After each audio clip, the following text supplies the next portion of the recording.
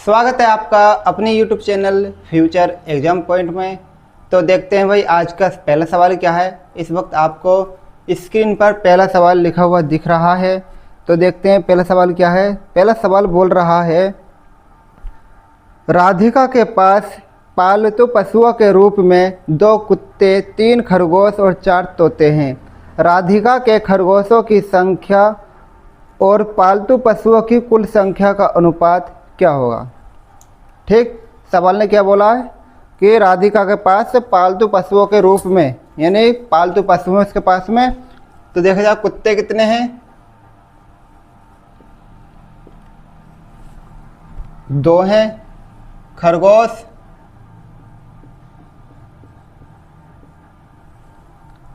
की बात करें तो खरगोश 3 है। और तोतों की बात करें तोते की, तो तोते हैं 4। ठीक है, यही तो बोला है। अब ये टोटल पशु कितने हो गए, टोटल हो कितने का ये तो देख लो। अगर हम टोटल की बात करें टोटल तो कितने हो गए, 4 3 7 और 2 9 हो गए। सवाल ने क्या बोला है, खरगोशों की संख्या और पालतू पशुओं की कुल संख्या का अनुपात।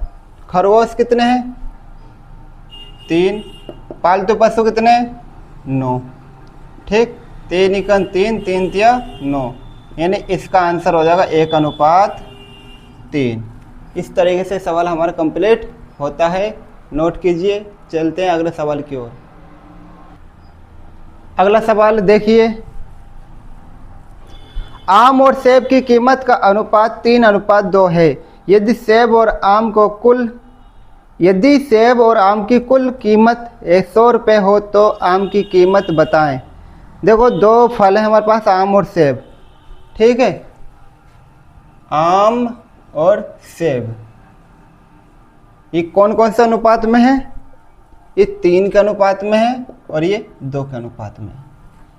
ठीक है, अगर हम इसको तो कीमत को जोड़ कर देखें, क्या बोला, अच्छा कीमत आम और सेब की कीमत का अनुपात 3:2 है। ये कीमत है। ठीक है, ये क्या है, कीमत है। यानी एक आम 3 रुपये का मिलता है और एक सेब 2 रुपये का मिलता है। अब क्या बोला, यदि सेब और आम की कुल कीमत, टोटल कीमत की बात करें तो 100 रुपये। तो भाई ये तो सिर्फ अनुपात में है ना, तो इसको देख लो कि ये टोटल हो कितनी कीमत रही है। तो 3 तो 5 कीमत हो रही टोटल, पर सवाल में जो हम कर रहे हैं 5 आ गई, लेकिन दिया कितना है, दिया गया इसका 100 रुपये। कितना दिया, 100, यानी इसका मतलब हो गया 5 यूनिट का मान तो 100 रुपये हो गया है। तो 1 यूनिट का मान हो जाएगा 100/5, 5 दूनी 10, यानी 1 यूनिट का मान आ जाएगा 20। सवाल ने अब क्या बोला है आगे, आम की कीमत बता दो। तो आम क्या 3 यूनिट है, तो 3 यूनिट का मान निकालोगे 20 के हिसाब से, तो 20 या 60, यानी इस सवाल का आंसर हो जाएगा तुम्हारे पास 60। नोट कीजिए। करते हैं अगला सवाल। अगला सवाल देखिए, अगला सवाल ने क्या बोला है, सुमन एक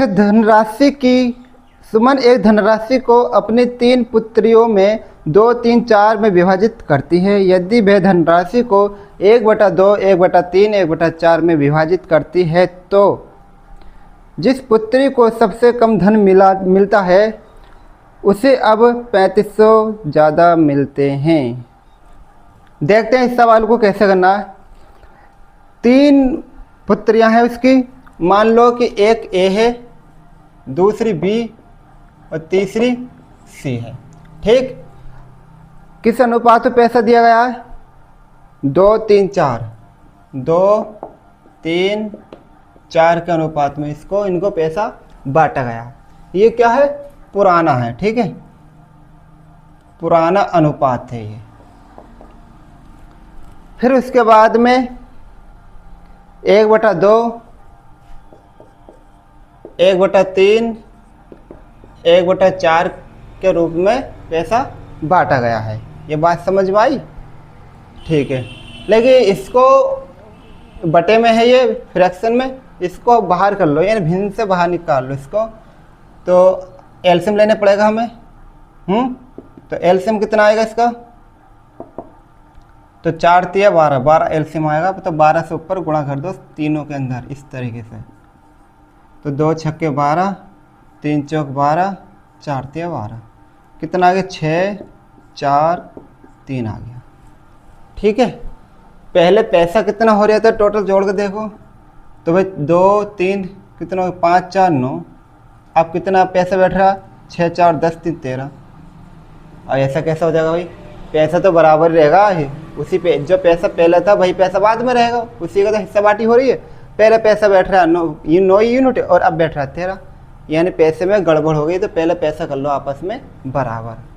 तो भाई 13 से गुणा यहाँ करोगे, तो 13 से यहाँ गुणा करोगे तो 4 में भी 13 से करोगे, 3 में भी 13 से करोगे, 2 में भी 13 से करोगे।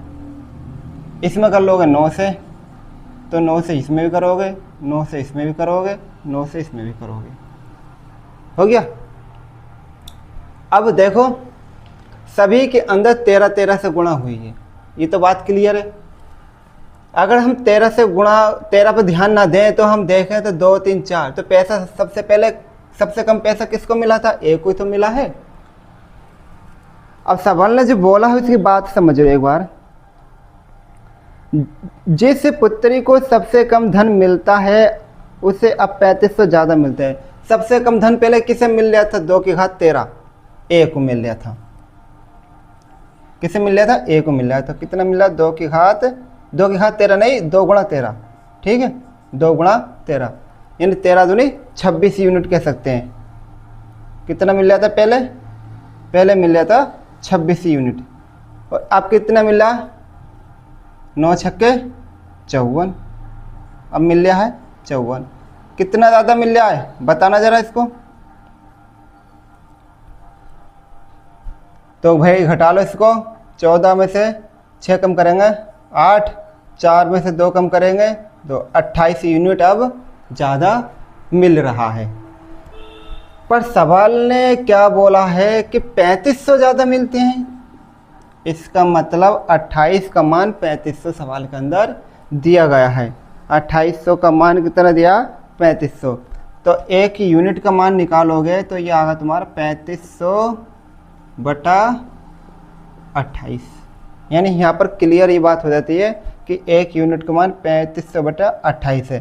तो 7 पंजे 35 कट गया और 7 चौक 28 कट गया, 4 से काटेंगे फिर से, 4 एकन 4, 1 बचेगा, 4 दूनी 8 और 4 पंजे 20, यानी एक यूनिट का मान जो फाइनल निकल कर आया वो 125 आ चुका है। कितना आ गया 125। सवाल ने अब क्या बोला है कि धनराशि बताओ। भाई धनराशि तो ये है, ये भी धनराशि, दोनों धनराशि। तो भाई हम इससे पूछना चाह रहा है कि इनकी गुणा कर लो पे, 13 नम 117 और 13 नम 117, 117 का मान पूछना चाह रहा। तो 117 यूनिट का मान कितना हो जाएगा, 117 गुणा 125, इन दोनों की गुणा कर लोगे तो तुम्हारे पास आंसर आ जाएगा। गुणा करोगे तो इनका कितना आ सकता है, इसका आंसर आ जाएगा 14,625, 14,625 इसका आंसर फाइनल आ जाएगा। गुणा करके देखोगे तो इस प्रकार से ये सवाल भी हमारा क्या होता है कंप्लीट हो जाता है।